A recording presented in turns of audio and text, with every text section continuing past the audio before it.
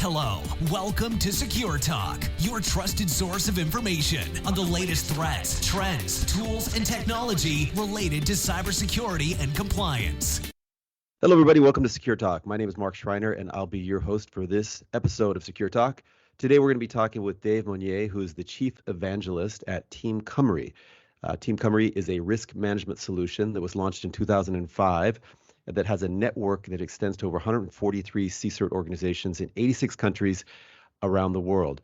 We're going to be talking to Dave about CSIRTs, and then we're going to get into ASM, or Attack Surface Management, 1.0 versus 2.0, and probably touch on some other things. But before we do that, let's say hi to Dave. Dave, how are you today? Hey, good. Thanks for having us on. Very nice to chat with you. Likewise. Hey, I took a peek at your LinkedIn profile, and two questions. It says you're down in Fort Lauderdale? I'm in Orlando. Orlando. Yeah. So Close enough. I'm guessing it's pretty warm and sticky down there this time of the year? Every day. Well, hopefully you're safely indoors and got the air count turned Yeah. up. Let me ask you, what is a chief evangelist? So, for us, we have a couple different avenues that make up our business. We have community services, commercial services. And to us, an evangelist plays one of two roles for us. One, on the commercial side, it's kind of obvious. You're out promoting the business and letting people understand that we're out here and what we do and things like that. But we actually started the business, our founder, Rabbi Rob Thomas, started the business with the intention to make the world a better place. And his belief, which we all stand by really firmly, especially those of us who have been around for a long time, because we've actually seen this work, was that be useful and be good, and the business will come. Like a lot of people go the other direction, like they become a big business and then they realize, oh, wait, we've kind of lost our soul. Now we have to do something drastic to make up for that and, what have you. But Rabbi Thomas's approach was, let's always do good, always do the right thing, always approach the community as your equals and not, no one owes you anything. And then your business will just kind of fall in line. So Evangelist to us is a lot of that community outreach component. And we have a team of evangelists. I just happen to be the chief one, but we have a whole team of them who go out and they're in seek of problems is how I would describe evangelism for us. And that is, to get us access. So we're you had mentioned at the beginning, that we have a attack surface management product, but that's just one of the products. At our heart, we're an intelligence company. We track how miscreants are abusing and using the internet for their own gains. And in order to do that, you have to be, trusted enough to get access to the internet, but you also have to know what to look for, right? And if I'm not being attacked, it's tricky for me to find out, what kind of attacks are happening in the world. So you have to evangelize your capabilities, I guess, to get people to realize that you're trustworthy and that they can share their problems with you. And with that problem sharing, not only A, do we help the people solve their problem, but B, we better understand how miscreancy is unfolding as time goes on. And so it informs us as well. It helps us do right by the world. And it's a very rewarding and fulfilling business model for what it's worth. So kind of like do right and then the money will just come. I think that's an excellent motto, and that was an excellent description of what a chief evangelist does. I mean, obviously in every company it's different, but clearly you believe in what you're doing. And what I like about it is you're not out there overpromising and under-delivering. You're saying, hey, let's develop trust and relationship. We can open some lines of communication with the marketplace, understand what the challenges are that our customers and our prospective customers are facing, and then maybe we can come back with a solution. But if you don't have that trust and if you don't have those communications, like you said, you're kind of in a silo and you don't really know what the market needs or wants. So thank you for that. That was an awesome introduction.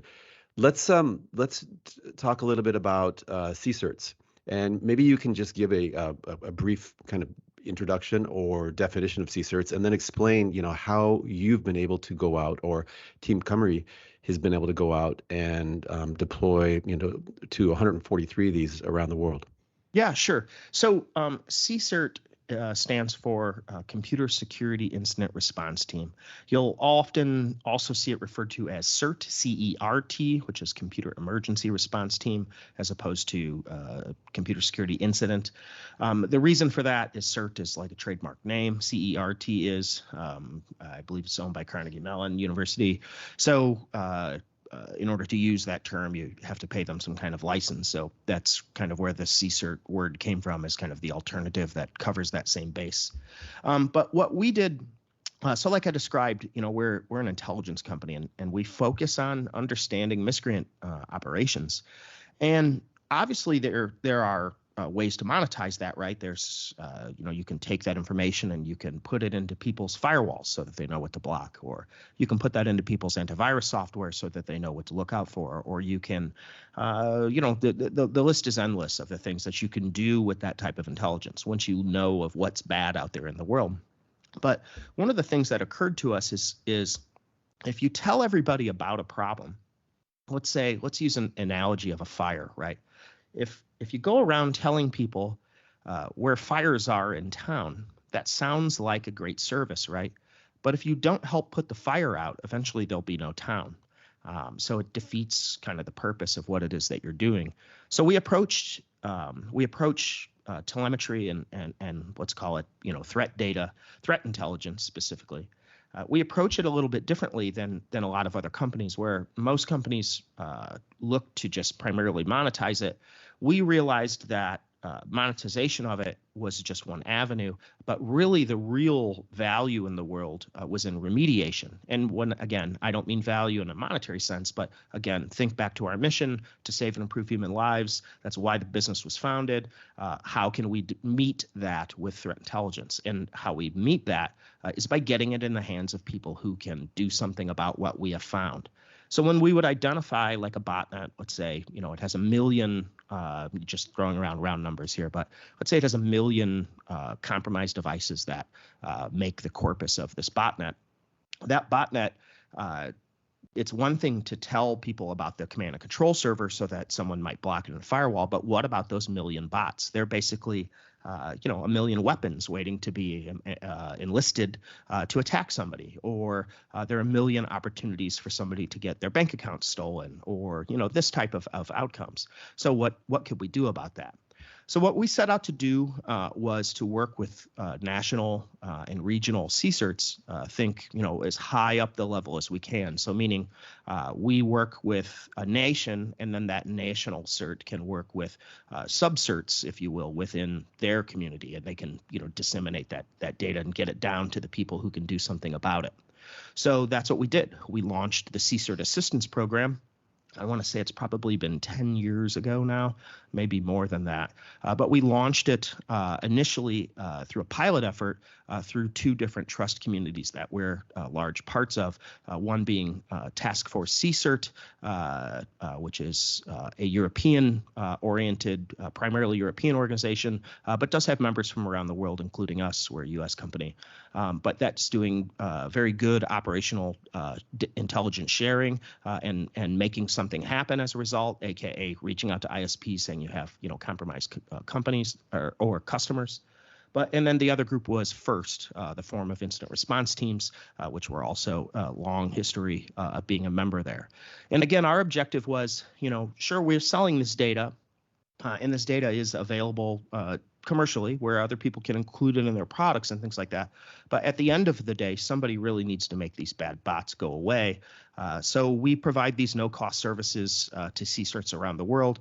It's just a small kind of agreement that they go through that basically says, they promise to handle any questions people might have themselves or act as the relay to us, because we're a fairly small company, so we don't need thousands of people calling us to ask how to clean up their computers. We hope that the CSIRTs will carry that. But if you happen to be a CSIRT member out there listening today, do drop us a line. If you just Google Team Cymru CSIRT Assistance Program or CAP, you should pop up the links to get that free data. So if I'm hearing you correctly, then you work with these different CSIRTs around the world. And one, I want to come back and ask too. Yeah, I guess that the way that you were able to deploy to so many different countries was through the introductions of Task Force, CSIRT, and FIRST.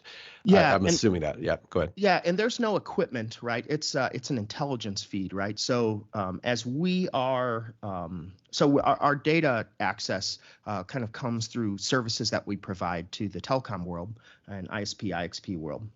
A lot of that visibility that we get is derived from those relationships. And then a lot of it comes down to, we run big global network of sensors that are acting like vulnerable systems. So people will try to exploit them, like it's referred to as a honeypot or a sinkhole, depending on what method it is. But we run these collections and we see, millions of compromised devices an hour. And we see we're tracking, probably 25 to 45,000 command and control servers at any given minute. There's a lot of miscreancy that happens online. So we track all of that. And like I said, the victimology component, we tend to put into what you could think of as a feed, right? Here's a flow of IPs that with timestamps and with, hey, this is what is infected it and so on. But you can get that information. We send that information out daily to them at no cost. And with no expectation of them, they don't have to do something about it. Though we do track it. We do track to see what countries perform the best, which ones are remediating quickest, things like that. I want to say Switzerland is one of the most responsive nations in the world when it comes to that type of stuff, for what it's worth, if memory serves. But we do track to see what CSIRTs are the most effective in the world. But we don't give them a hard time for it. Again, the name of the game is being helpful and not to berate them. So. That's interesting. Having worked for a Swiss company, I can testify to their efficiency. And I can also, having lived over in various countries for 20 plus years, I can say that some countries are very much more responsive than others, especially when it comes to cyber threats. And I would really like to ask you about the ones that are kind of laggards, but I don't want to put you on the spot.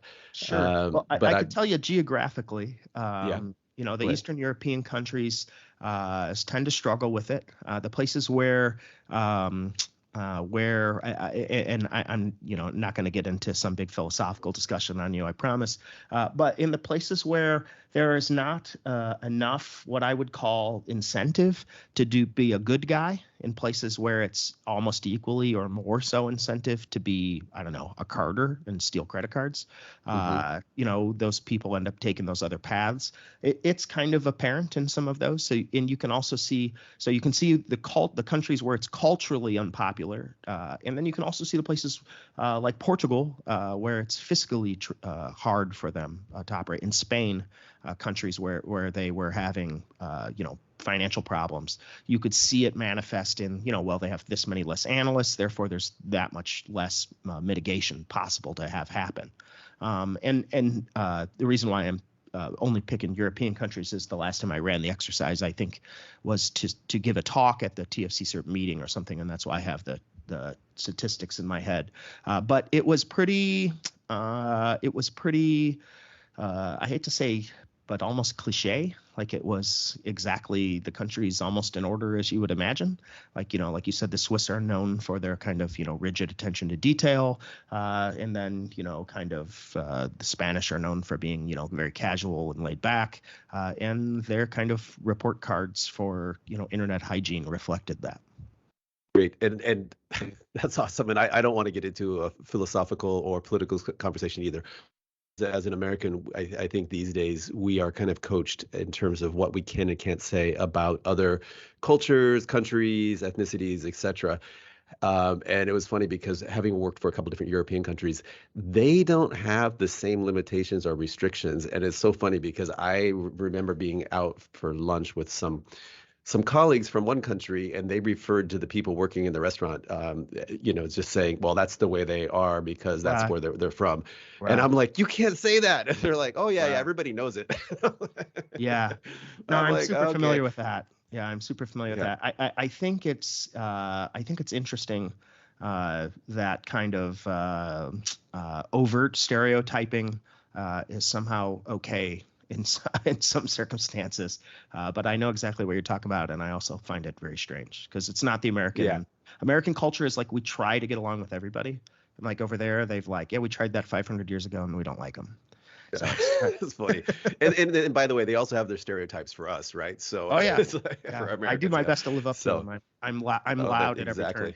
No, I'm kidding. There you go. There you go. Hey, well, hey, so let me just stay on the CSIRT thing for a second more.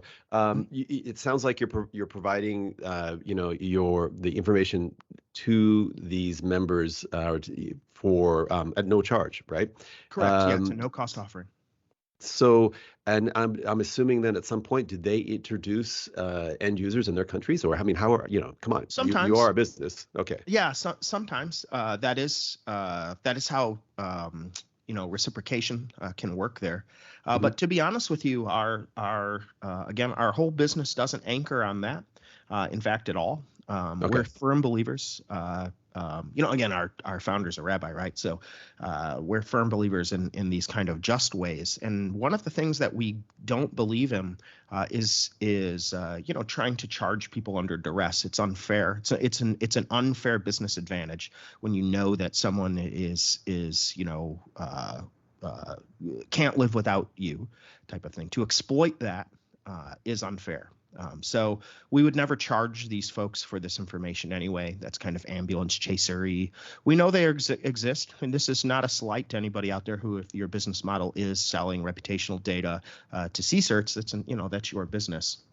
But we do primarily try to give it away at no cost. In return, though, there are these instances where, and we've had it happen plenty of times, where like a large ISP for this area, for say some country, they get data every day right from the CSIRT, and eventually they say, you know what, why are you getting this? How can we get this faster? What can we do about this? We're tired of chasing this. How can you help us? And that's when oftentimes those people will be like, oh, well, we partnered with Team Cymru, and Team Cymru is willing to help you with that.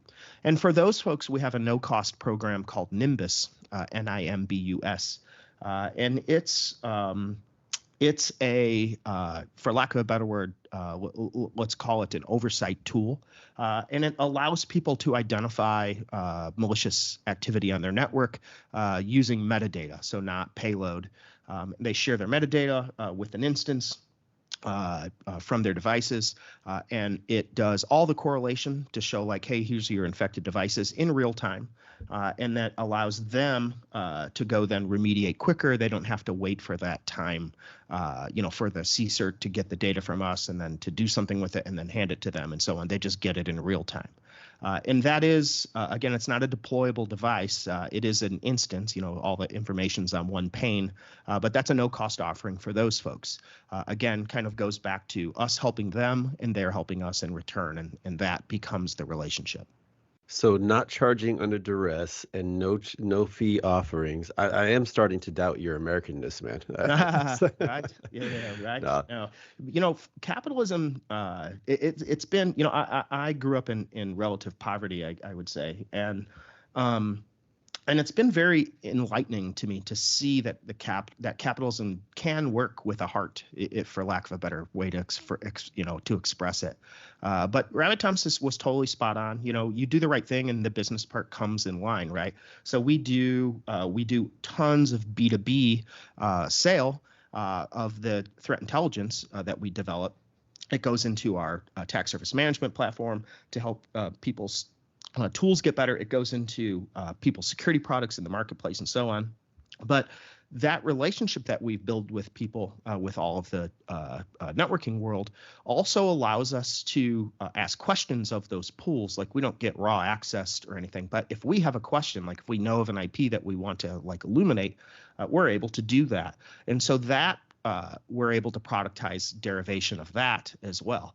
So there's plenty of ways for us to make money with other people who are making money, off of the same model. But basically, if the people, aren't making money off what we're doing, aka the CSIRTs, then we're not looking to make money back off of them. And for the folks that are kind enough to share insights with us, we're certainly, not looking to make money off them either.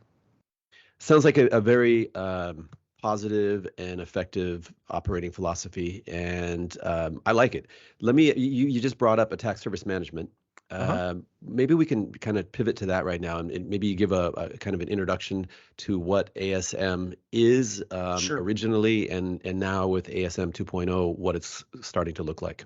Absolutely. So ASM is a term developed or invented, or wherever terms come from, espoused, I guess, no, but from Gartner. And what it refers to is the amalgamation of a few different technical components, one being kind of inventory discovery and asset management. So think literally, spreadsheets of MAC addresses showing, who's got what laptop and, serial numbers and this type of information. Think inventory control. Then a second step, which is typically like some type of, security scanning, could be vulnerability scanning, that type of, what's this running, what versions are it, does it needs to be updated or patched, and so on. And then typically a third part, which is that kind of patch management piece, where then you do something with what it is that you have discovered. And that's the traditional ASM model. Traditional ASM model, though, is lacking what we felt was lacking intelligence. And like I said, as an intelligence company, we very much approached doing business as we should stay in our lane. Like, we be the experts of what we do. Don't try to be everything to everybody. Just be the best at the thing that you do. And so originally we looked for opportunities to marry what we thought was a quite an improvement on the ASM model, which would be the incorporation of intelligence, both in the discovery sense, but also in threat intelligence component, meaning what problems you already have that your scanner just isn't going to show you because you don't have information from outside of your network. And then also, what devices did you not realize you had that only, would only be discovered because you're able to use, external passive DNS, and you discovered that, you have some host not on your network, but, has an A record part of your domain, something like that. So these were all shortcomings of ASM as we saw it, because you kind of had to know what it was doing already. Like ASM, you had to know your network prefix, and you type in your network prefix, say you have, for instructional purposes, let's say you have 255 usable IP addresses, or 254, whatever, and you put that in your ASM tool. Well, that's all it's going to scan. That's all it knows about, right? So, but what happens if your dev team has spun up an instance of a test database up in Amazon AWS, and now you have a copy of important data that's no longer in your infrastructure? It's not part of your network prefix that you've told your ASM tool to look at, but it's still very important to your business. It's still your data. It's still going to qualify as a breach if someone gets into that data. But traditional ASM just completely ignored this potential. And I'm not saying that it ignored it in the sense like, oh, we know this is here and we're not going to. It was more like, best I can tell, it was likely just an oversight. It was like, this is how the world works, and this is how we solve these problems. And it took someone like us to come with something new, aka the application of intelligence, to this kind of static model to try to make it more dynamic, for us to see these shortcomings in kind of the light that they were.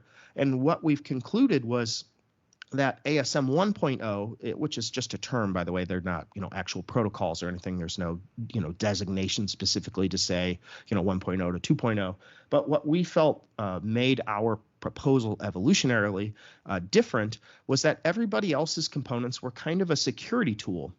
And what we realized is that our approach was so fundamentally different because we see ASM as an intelligence tool to inform you as to what you have that you didn't know you had, allow you to know what to do with it so that you can mitigate the risk to your business. So again, not security tool necessarily. Security may be the process that we're applying it to, but at the end of the day, you could think of ASM 2.0 in our case is the application of various components of intelligence to make it dynamic, to make it learn and discover assets that aren't on your network, to make it tell you the difference, like, hey, we've discovered this new asset on your network on Wednesday, and it has a vulnerability that you need to patch, and you should schedule that patch, but it looks like you probably got breached already through this exploit. This vulnerability was already exploited 3 days ago, because we see that same host take traffic on that port, and then it immediately starts talking to this known, and again, for instructional purposes, let's say Cobalt Strike command and control server.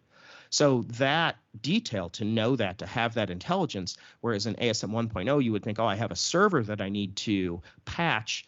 With ASM 2.0, with the application of threat intelligence and reputational data over the top of it, you'll know, oh, wait, this thing's already compromised. I can get rid of it instead of try to patch it. I need to rebuild this instance or tear it down altogether.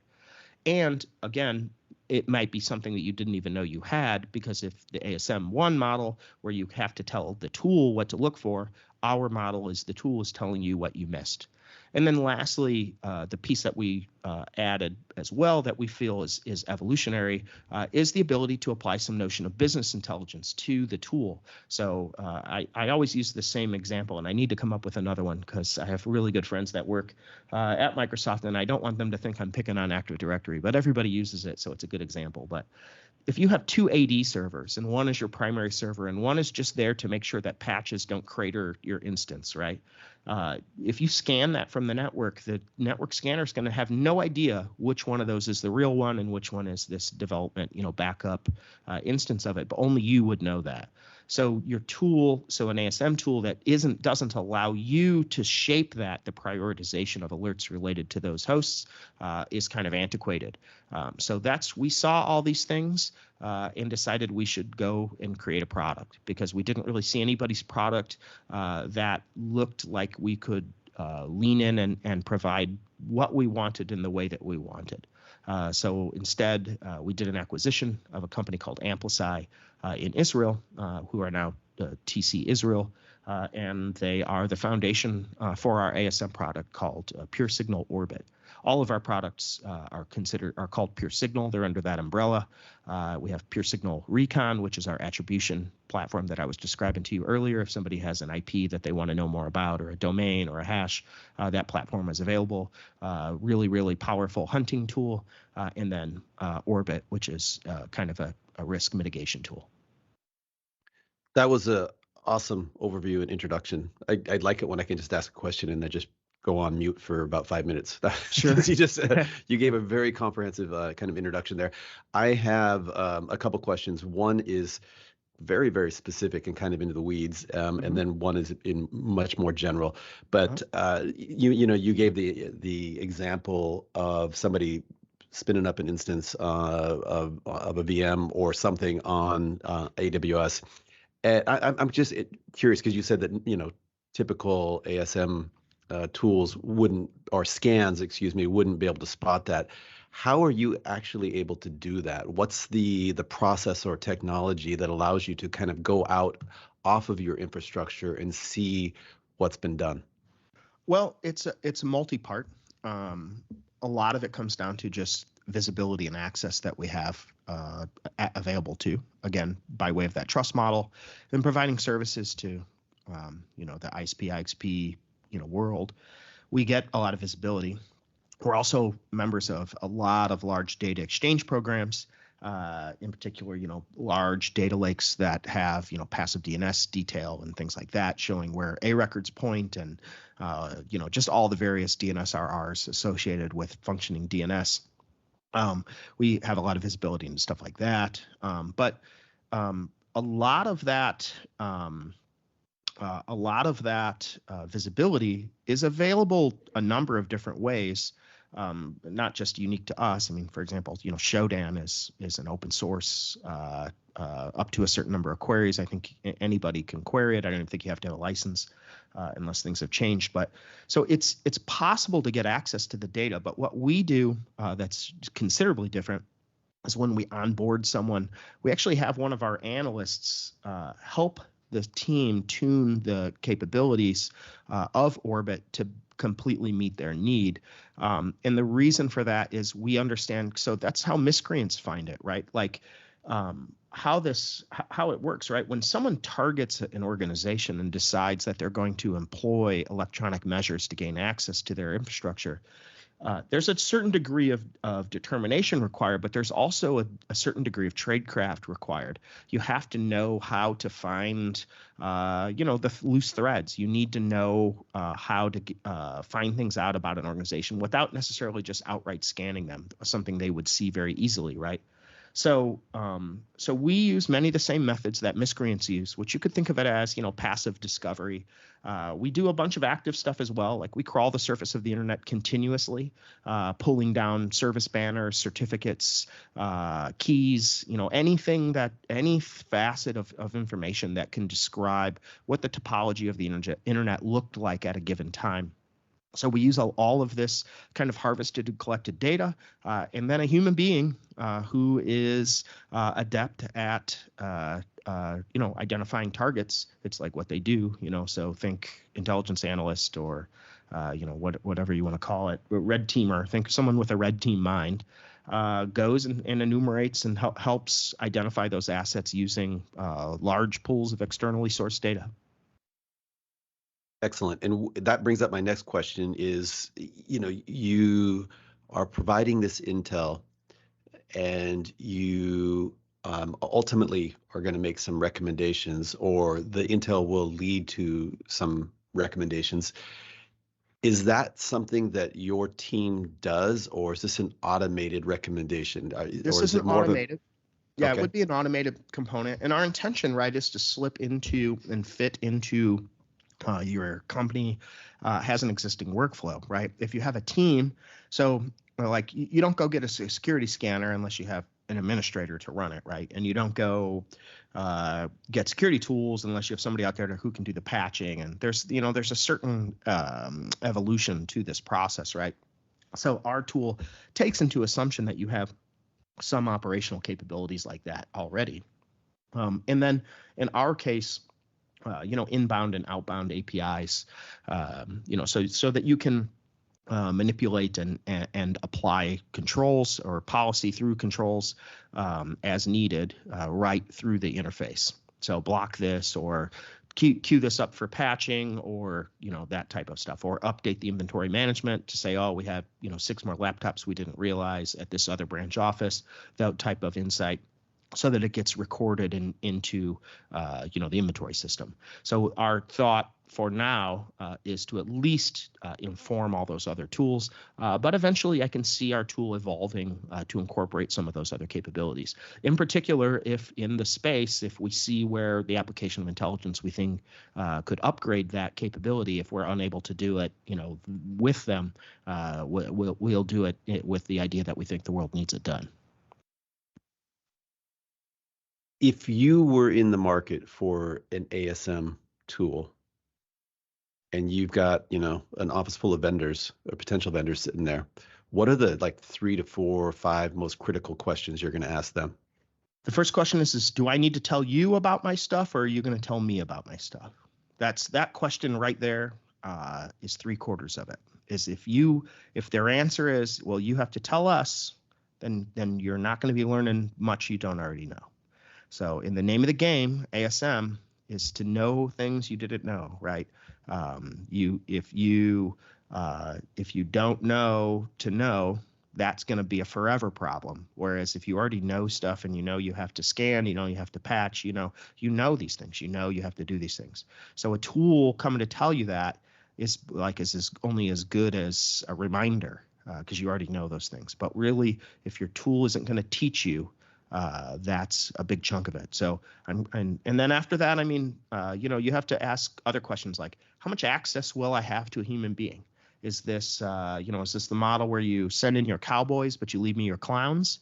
When the rodeo leaves, how's this work? And that's another key question that I would encourage people to ask. But at the end of the day, none of it matters if you're not learning new things from the tool. So I'm going to say that one twice of the 3.